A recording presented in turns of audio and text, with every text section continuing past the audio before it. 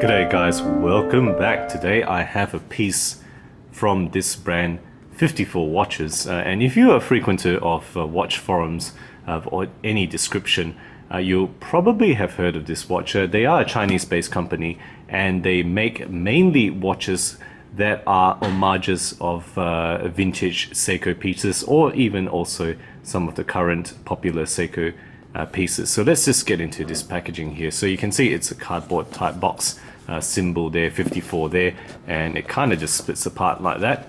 You get a microfiber cloth insert there that actually does say 54 embedded there, and then that's the watch package itself. So this one comes with a spare orange silicone rubber strap and a spring bar removal tool as well, and that's what you get in the package. So I'm just going to get the watch out, put the package aside, and show the actual piece to you guys. So guys, what we have here is the 54 automatic watch.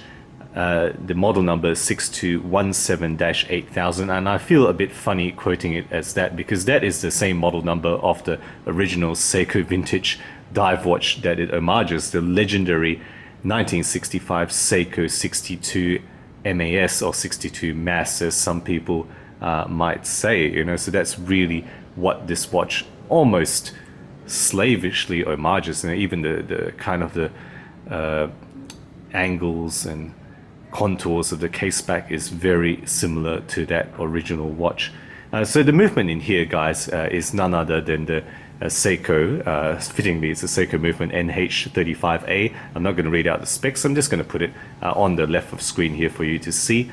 You know, the rated accuracy, as you can see here, in actual use, this watch is performing at -8 seconds per day. So it's well within rated accuracy. It's not fantastic, but you know, you can live with that, and that's really what I've seen it perform to. This case is essentially, I think, millimeter by millimeter exactly the same as that original, as far as I've seen in pictures. So 37 millimeter case. The bezel actually measures closer to 38 millimeters across, slightly wider on the bezel. The height of the watch is 13.5 millimeters thick, and the lug width in this case is actually 20 millimeter wide there. It is actually drilled lugs, so you can see there, all right, just pointing it out. The lugs are drilled, which is a very pleasing thing. I always like drilled lugs. It lets you take out those spring bars very easily. Lug to lug distance between my thumbs there, in this case, is 46 millimeters, and the overall weight of this watch is very light. It's only 86 grams with that silicone rubber, which is really one of the lightest types of straps that you can find. Okay, finishing wise, polished sides, completely polished case back, including the bottom surface of the lugs there, as well as that case back there. Okay, and then looking at the side here, right, that's also polished, but the interlug surface is actually vertical brush, and then the top surface is actually circular brushing. Okay, that's really the finishing, and the finishing is pretty good, you know. I mean, look at that transition surface there. You know, it's done pretty well, you know, not really slacking off there, and it's done to a pretty reasonable quality and standard. All right, so looking at that edge case back, you can see the, okay, so you see the details there. You can see the logo of the company, right, along with details alongside, stainless steel, automatic and whatnot.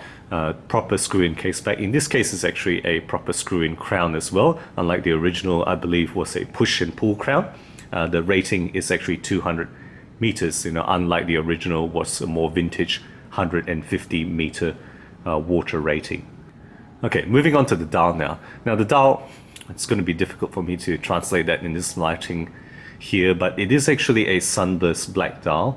Right, the chapter ring is printed, the wordings are printed, automatic, water resistant, 54. Although the F and F on the 54 have a slight raised reflectiveness there. I know, probably very difficult for me to show here, but there's a slight raised on the two Fs there.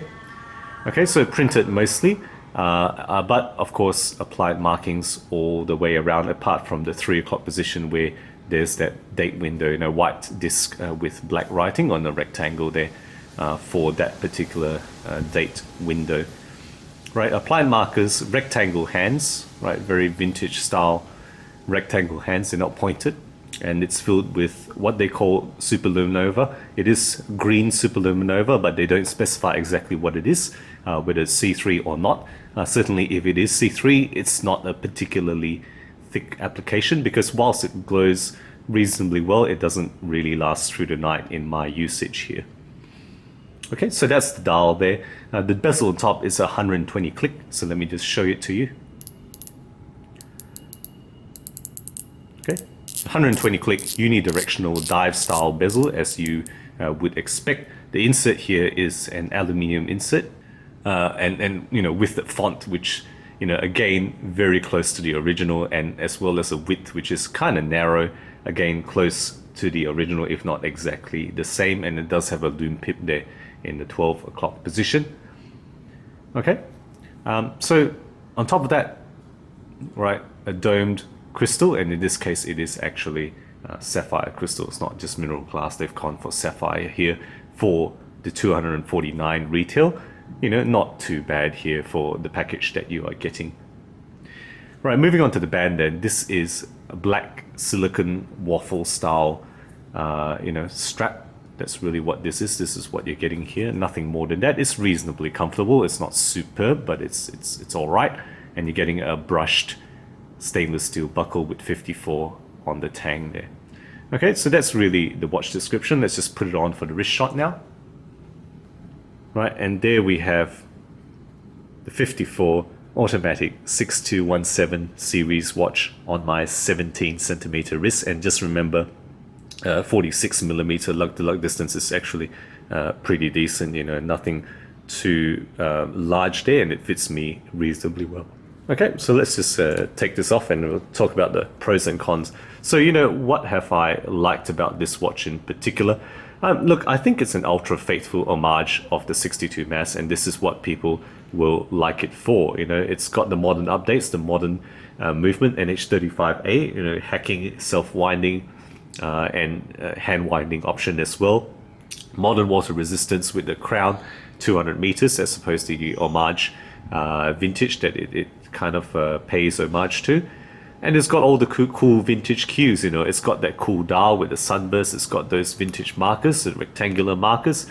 It's got that narrow bezel, right? It's got that case lug transition. Look at that squared off surfacing there, right? And it's got that proportionally large crown. It's got all the classic cues of the original watch, and that's what people may like about this watch in particular.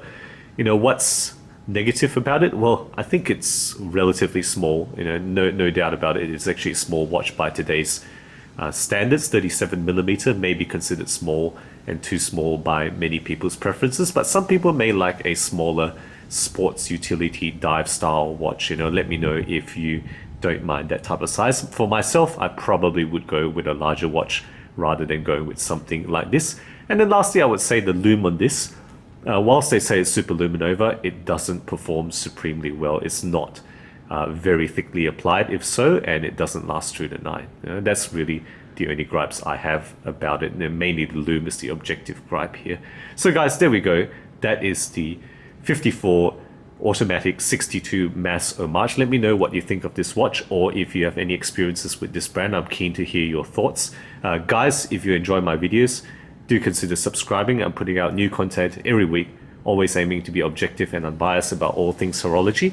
Thank you again for sticking with me, and as always, I'll catch you guys next time.